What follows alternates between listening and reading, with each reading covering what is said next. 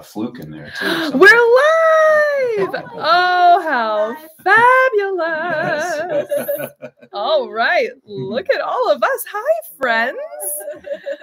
Okay, I'm gonna come over here first. Talking about your trip. Oh yeah. You don't have to lean in. All right. We're gonna be cozy. Hello, everyone. Yeah. These are our friends, Van and Julia. You know Joe. Joe, what are you doing? Oh, that's my wine. Don't worry. He always says, this is how rumors start. We are here for your weekly newscast. And then afterward, we're gonna help Julia and Van plan their next Disney adventure. Oh God. It's just ruined everything. All right. Okay. Is this on? Yeah. It is. It's on. Does it work? No. Yeah, it is. Oh, yeah. Oh, there it is. Okay. Hey. Nice. Oh, good. Okay. Okay. Hello, everyone. This is Anita Boyer back with your weekly Park Hopper Daily Newscast. And with me today is Joe. And Julia. And Van. Oh, so wonderful. I'm so excited. So listen, probably the biggest news for a lot of overseas Disney fans was the news that broke this very morning. The Biden administration has announced it will lift travel restrictions for foreign travelers coming to the United States, provided they are fully vaccinated against COVID-19. On Monday, the New York Times reported that the Biden administration plans to lift travel restrictions starting in November for foreigners who are fully vaccinated against COVID-19. I feel like I just said that. According to the Times, foreign travelers will need to show proof of vaccination as well as a negative COVID-19 test. I feel like that's the third time I've said the same thing. Yeah. Taken within 3 days of travel. Just want to make sure everyone gets it. Only if you're back. So wait, can you come to the United States? If you're fully vaccinated. But what if you're vaccinated? Well, only if you're vaccinated. But can you come? If you're vaccinated. Oh, okay. But what if you haven't been vaccinated? No, then you can't. Oh, okay. You need to be vaccinated. To come to the United States. Didn't you get that? To be vaccinated? Okay. You're next. All right. Travel to the U.S. has been restricted for a number of European countries, India, Iran, and China, since spring of 2020. Officials with the Biden administration cited high vaccination rates in many countries as the impetus for the change. Despite the 50th anniversary and the expected influx of foreign travelers, whether it is because of staffing shortages or lower than expected crowds, on Monday, Disney announced that its All-Star Sports Resort would not be reopening for now. All-Star Sports is often the most affordable of the value resorts at Walt Disney World and often where large groups for events like cheer competitions stay on property. Quote, "We're excited to continue welcoming guests back to our Disney resort hotels, such as at Disney's All-Star Resorts, where we recently reopened the music and movies themes. At this time, Disney's All-Star Sports Resort will remain closed while we take the opportunity to refresh the sports theme area. And we look forward to sharing a new reopening date for rooms in the sports theme at a later time. Guests with upcoming reservations will receive communication via email and will be instructed to reach out to their travel professional, which, well, you're almost a travel. I am not technically a a certified Disney travel agent, but I do have much of the knowledge of a Disney travel agent. I'm more the Yoda of Disney travel. I'm not making money off of it. No, not yet. So you should contact the professional to modify your stay at no additional charge. This modification will have no impact to other vacation experiences that may be booked, such as theme park reservations or dining. As a reminder, we're excited to reopen Disney's Port Orleans resorts next month for our guests, with bookings available beginning October 14th for Riverside and October 28th for French Quarter, subject to availability. Unquote. Perhaps a harbinger that Disney Genie Plus is right around the corner. Disney announced last Thursday that Star Wars Rise of the Resistance will move to a standby queue and that the virtual queue will be on pause for now. Before I get into what Disney had to say, I want to tell you what I have to say, and that is that it is crap. This is a crap move. This is a horrible... Bob Chapek, I hate you. I hate you, and I think that you're a terrible person. I don't really hate you as a person, I guess. That's kind of mean. But as a boss, you're terrible, okay? You should be fired. Anyway, here's what Disney had to say about it. Quote, from bright suns to rising moons, Star Wars Galaxy's Edge continues to call travelers to the magic of Batuu, especially with the excitement of Walt Disney World Resort's 18-month anniversary celebration getting closer and closer. As we ramp up to the world's most magical celebration honoring our 50th anniversary, we're continuing to enhance experiences thanks to the feedback from our guests. We know our guests love choice and flexibility when planning their time in the theme park, which is why, starting September 23rd, we will pause the use of virtual queue for Star Wars Rise of the Resistance, and guests at Disney's Hollywood Studios may experience this incredible attraction using a traditional standby queue. Bring your tents, folks. This is not part of the quote. This is me interjecting my opinion again. Bring your tents and get ready to camp out for your 5 to 6 to 10 hour waits for this ride. Anyway, back to the quote. For the first time since it opened in 2019, virtual queues continue to be helpful with attraction access, merchandise launches, grand openings, and more. And guests should continue to check the My Disney Experience app for the latest on how we're using virtual queues across Walt Disney World Resort, including its potential use at Star Wars Rise of the Resistance at a later date or from time to time. I'm still not done with this quote yet, but I'm going to have something to say about that in a second. In addition to virtual queues, we've been investing in a lot into the guest experience. Sorry, that was hilarious. In other ways, including exciting new attractions on the horizon, like Remy's Ratatouille Adventure opening soon at Epcot, and coming this fall, the new Disney Genie complimentary and convenient digital planning service designated to create your best Disney day, unquote. Oh my God. They're not only delusional, but they're so delusional. I can't.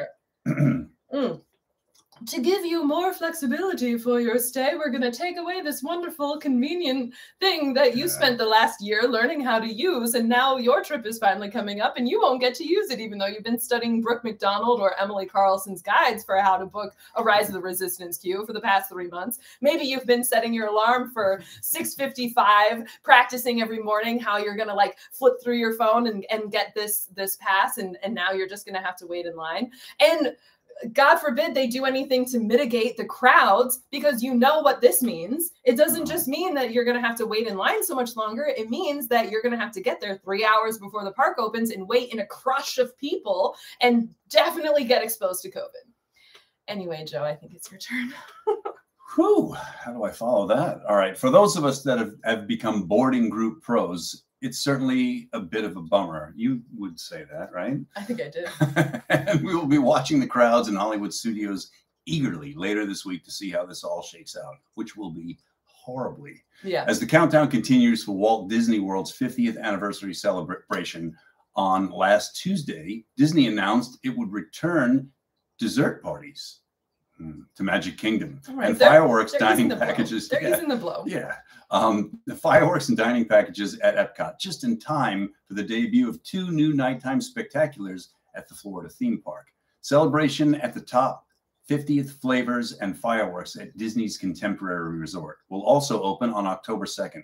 At Magic Kingdom, guests can choose from 3 dessert parties, each including 50th anniversary inspired treats, different times on the Tomorrowland Terrace restaurant. The Disney Enchantment pre-party will begin October 3rd and includes desserts, a variety of cheeses and beverages, including beer and wine. Cheers. Sorry. Before the show begins, cast members will bring guests to a reserved standing viewing area in one of the Plaza Gardens with prime viewing of the new show. The Disney Enchantment's treats and sweets will include the same food, but guests will enjoy the fireworks from the Tomorrowland Terrace. Lastly, a Disney Enchantment after party will also be available, which includes a reserved standing area to view the show and a post-dessert party at the Tomorrowland Terrace. Reservations for these parties went on sale last week, and already a number of dates within the 60-day time frame are sold out. So make sure to book your party sooner than later if you are interested for this kind of event. I also want to say that we learned, not from the website, because that would be too convenient, but from Catherine actually calling, that you actually need to have a park pass reservation for Magic Kingdom for the day of the dessert party. A park hopper ticket will not guarantee you entry, which is kind of disappointing, because if I know that I'm going to spend time in Magic Kingdom in the evening, I don't necessarily want to spend time in Magic Kingdom all day until 2 o'clock. Like that's a significant amount of time because you cannot park hop until after 2 p.m. So I guess what I'm saying is fix it because I hate it. How do you really feel? Anyway. All right. Space 2020 finally opened up for reservations today and has proven to be a challenging reservation to get, as expected, at Epcot. Last week, Disney released its menus and pricing for the restaurant located near Mission Space. Today, diners could be seen rushing to get... Literally running. Yes, I don't know if you were watching it on Instagram. I was watching it on Instagram. And the line was insane. It was hilarious. Yeah. Like, as soon as they, like, dropped the ropes, like, for rope drop, like, people... But you know, like, it was like Disney people. It wasn't necessarily runners. You know, it's like the dad with the backpack, like, dragging the kid, and, like, mom with the fanny pack, and they're like, yeah, you gotta get Space 220! It's like Dawn of the Dead running. It was really funny. And then, like, that awkward running where you're like, you don't want to get yelled at because you know you're not supposed to run, so you're like power walking, and oh man, the chafe is real, guys. Yeah. So there's walk-up tables available between now and next Monday when guests will need a reservation to dine at this out-of-this-world restaurant. The menu is a price fix at Space 220. Appetizers have been labeled lift-offs, followed by the star course and ending with a Supernova Sweets, which is about the effort that they put into making this menu actually any kind of intergalactic out of this world theme. You're going to an Italian restaurant. Like, you're just going to an Italian restaurant, and their cocktails have fun names. And apparently the courses also have kind of cute names. Very jaded tonight. I don't know. Maybe it's the wine. According to McLean, no, it's Bob JPEG. That's what's making me jaded. It could be a good experience at the restaurant. You don't know. For $79 for adults and $29 for children. Oh, I'm sorry. Or $55 for lunch and $29 for children. It better be a good experience. It better be a damn good experience. According to McClintock's post, it looks like space-inspired, artful twists on some pretty standard fare. According to a different post, this made by the restaurant organizers personally, dinner will be $79 for adults, $29 for children 9 and under. Lunch will be $55 for adults and $29 for children 9 and under. Now, granted, I did see some videos. Becky Mankin of MEI Mouse Fan Travel was there today, and she showed some videos and some photos of like what it was like to actually like when you enter. I didn't see the whole thing, but it looks like you're kind of standing around a circle and you're looking down, and you can see as you lift off. And now, like, spoiler alert, you're not actually going into space. Okay, like Disney's cool, but you're not Jeff Bezos. So no, they're not taking you to space. But it looks like you're going into space. And Disney, people are so dumb. Like, people are so dumb that Disney actually had to put out like disclaimers to tell people, no, you're not actually going into space. Because that's how dumb people are. They didn't know.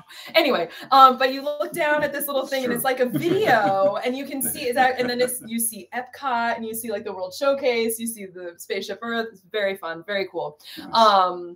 But anyway, so like that all is fabulous. I get that, but for $79, I don't know. Anyway, we'll have to see. All right. Animal Kingdom has another new edition, and it is just let me start that again. Please I'm not do. even drinking wine. Animal Kingdom, the more I drink, the yeah, I know. It's very strange. Animal Kingdom has another new edition, and is it just us, or does it seem like we have a new baby being born in that park on a weekly basis? Well, you know, the animals did have to go through quarantine like the rest of us, and the same can be said for all of our friends. So. You do this one too. That was short. All right. On Tuesday, September 14th, Scott Terrell, DVM, DACVP, Director of Animal and Science Operations, Walt Disney Parks and Resorts. I think that they should work on lengthening that title, because I do not think that it fully encapsulates all that man does. I'm still not 100% sure what he does. I have no idea. Announced on the Disney Parks blog that a new baby white rhino has been born to first-time mom Zhao. Is that how you pronounce that? Zhao at Disney's Animal Kingdom. I am an expert at white rhino names. Yeah, so. Who isn't? According to Terrell, the birth occurred backstage, and both mom and baby are doing well. I am happy to report that the beautiful calf snuggled up to Mom and began nursing right away, he said in his post. Quote, while we give Zhao and her baby boy ample time to bond, it will be a little while before we know the calf's weight. Typically, white rhino calves can weigh as much as 140 pounds at birth. Ouch. Did you? Yeah, no joke. Did you know that the majestic rhinos are the world's second largest land animal? Rhinoceros. Isn't it rhinoceri? Is it rhinoceroses? Rhinoceros? Anyway, they also have one of the longest gestation periods of any mammal, approximately 16 to 18 months. Oh, I guess we can't blame the pandemic for this one. Okay, this was a pre-pandemic.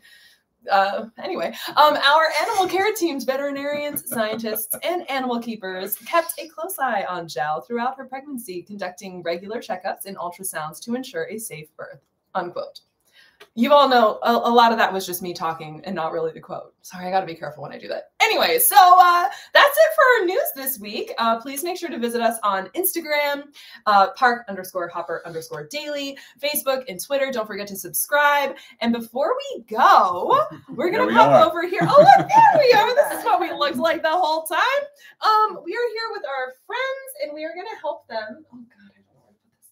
We're going to help them with some suggestions for their upcoming Disney trip. So before we logged on, I did talk to them a little bit, and they're going at the end of October. They don't have a hotel yet, so we logged on really fast. And my advice, because you're going for a little longer than a week. Yeah. So one thing that Joe and I experienced when we were there for our honeymoon was experiencing Disney not on property, and it was phenomenal. Like 10 out of 10 recommend. So my first bit of advice is to Airbnb for at least like the first maybe like 5 or 6 days, and then splurge on a Disney resort for the last few days of your stay, because then, you know, the money that you save at the beginning can go into maybe like a more fun hotel for the end. So that's my first advice. Yeah. And tell us, like, what else are you looking for out of this trip? I don't know. What do you want? Just a good time for her mother and my son. Oh, just to have fun. Great. Yeah. What'd you say? Just to have fun. To have fun. Oh, I love it. Yeah. So what does sun like? I know you had mentioned like not so much like the princess, prince, pirate, fantasy kind of, maybe not so much Magic Kingdom, but maybe Animal Kingdom. More Animal Kingdom, I think. And like all of those adventures and Flight of Passage. That's such a great ride at Pandora, where you can find the land of Avatar. They have 2 rides there. One is like super thrilling. If you're going to do both rides, don't start with Flight of Passage, because then everything else is going to feel like really lame. Okay. Flight of Passage is so cool. Really, I remember on your very first trip, I had to plan it because like I wanted to take you there first right away, but I was like, there's no way I cannot start this man on Flight of Passage. Yeah, and he'll hate everything else. You got to start with like, It's a Small World, or like Peter Pan or something, you know, kind of like get the bar nice and low. I mean, they're classic. Nice to go to the Magic Kingdom first to get that out of the way. Yeah, exactly. Flight of Passage can be, yeah. And for Magic Kingdom, like that's actually, and I'm probably going to get a lot of hate for this. I'm sorry, don't come at me. But Magic Kingdom is my least favorite park. I don't love the crowds, and the people there just kind of tend to be a little bit meaner because they're all just like, I paid a lot of money for my child to have this trip. Why are you in my way?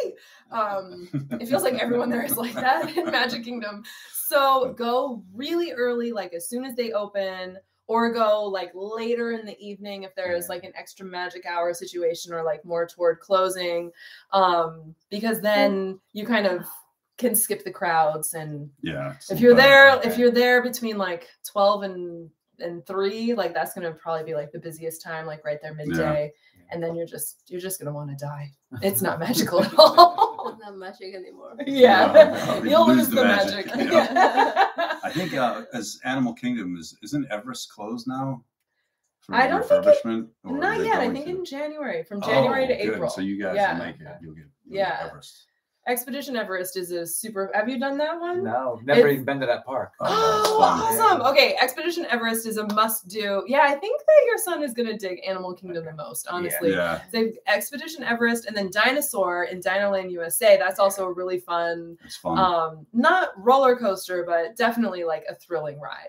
The safari's really cool too. Yeah, I love the and the safari. gorilla walk too. Well, you know. No, with 10 years old, seeing a gorilla like that. That's kind of cool. Cool. Okay. I liked it. Lots of animals. Yes, it's not a ride; it's a walkthrough, but it's like a zoo. It's really cool. Yeah. All right, so that's some stuff to do. And you said that he's not really into Star Wars, right? Kind of, yeah. Kind of a little. Yeah.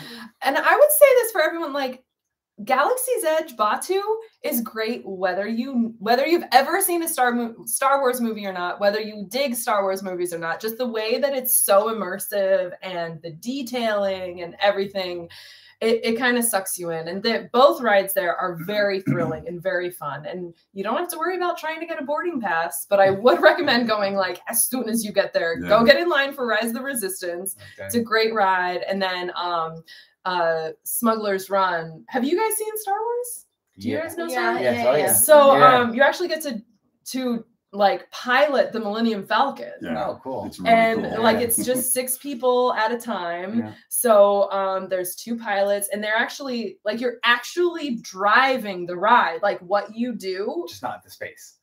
No, it's not actually into space. I know, disclaimer, you're not actually going into space. Yeah. But you are affecting the ride. So like some people like complain like that they get really like nauseous and really bad headaches if the people driving are like knock into stuff. Yeah. Because if you knock into stuff, it affects the whole ride. Driving. So there's pilots, there's engineers, and there's gunners. Yeah. And what you do affects like the length and the effects of the ride. And it's like massively really cool. Interactive. It's very fun. And the cool thing about Batu is that even if you haven't seen Star Wars, they set up Batu to not be from any specific movie or anything. It's a very general. It's a made up location, so it's not like you'll be there and be like, oh, this wasn't in the movie. Like it's not like that at all. So you can go in and really enjoy it, even if you're not at all a fan of the movies. So yeah. And then one more question, because we got to talk just a little bit about food. Like, what do you guys like to eat? What's your like dining style? What's your French restaurant for sure? Well, yeah. We talked about Chefs de France. We're going to try to get a reservation for Chefs de France. Restaurants. She likes to eat nice food. Okay. I used to work in restaurants and I know what is good. Okay. I'll be so interested.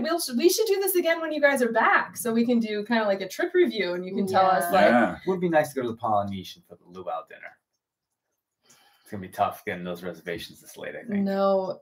It's not open since COVID. Yeah, it's closed. The luau is not yet open. So here's my number one bit of advice for you guys. Download the My Disney Experience app. Yeah. It looks like this. Yeah.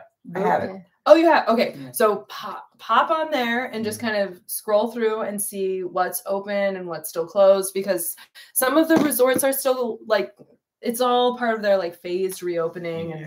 And they don't really give us a lot of, it's like one day they'll be like, and this is opening tomorrow, good luck. So you know what, honestly, they just finished refurbishing all of the Polynesian, like the lobby, the monorail station is open again. I mean, I have the Polynesian tiki guy and some Hawaiian flowers like tattooed on my leg. Like the Polynesian is my number one favorite resort of all time, forever. But definitely check out the My Disney Experience app to see like what's currently open. And also you can book dining right now, and you should for anything, because that opened, I think it's like a 60-day window at this point. It used to be 180 days. Like if you didn't start booking your dining 180 days in advance, you would never get it. Wow. Now it's 60 days, but even still, it's like, it's kind of wild. But I have found there's Mouse Dining, and I'll send you the link later. Mouse Dining, you can set alerts, and then when someone cancels, you'll get an email alert and be like, go book it right now because it's available. So that's a good way to get some last minute dining reservations. And then also checking the day before, because if you don't show up, you get charged. So if people know that they're going to change their plans, they'll cancel their dining like 24 hours in advance. And sometimes people, like we do this too, like we'll kind of make maybe a couple extra reservations that we're like, maybe we're not going to do all of this, but we'll decide when we're there. Yes, so people do cancel last minute. Yeah. So yeah, those are like my biggest pieces of advice. But they do, Ohana is open. That's a good dining at Polynesian. And Kona Cafe is also great. And then their quick Trader Sam's is open, and their quick service Captain Cook's. We love the Polynesian hotel. Polynesian's great. What's the restaurant in Canada in Epcot that's really Le good? Cellier. Yeah, Le Cellier. If you like steak. That's a Steak really is good. good. Yeah. Steak is good. Yeah, That's a really good Le restaurant. Cellier in Canada and Epcot is Okay. phenomenal. Yeah. Awesome. Yeah. All right, sweet. Well, Wait, do you guys have any questions? oh yeah, ask us. Sorry. I'm just tired. That's okay. Mhm. No, I think we're okay. Yeah. Okay, All right. awesome. Well, thank you guys so much for tuning in. We hope you have a wonderful and magical day, and we thank you for joining us for Park Hopper Daily on Monday. And it's over.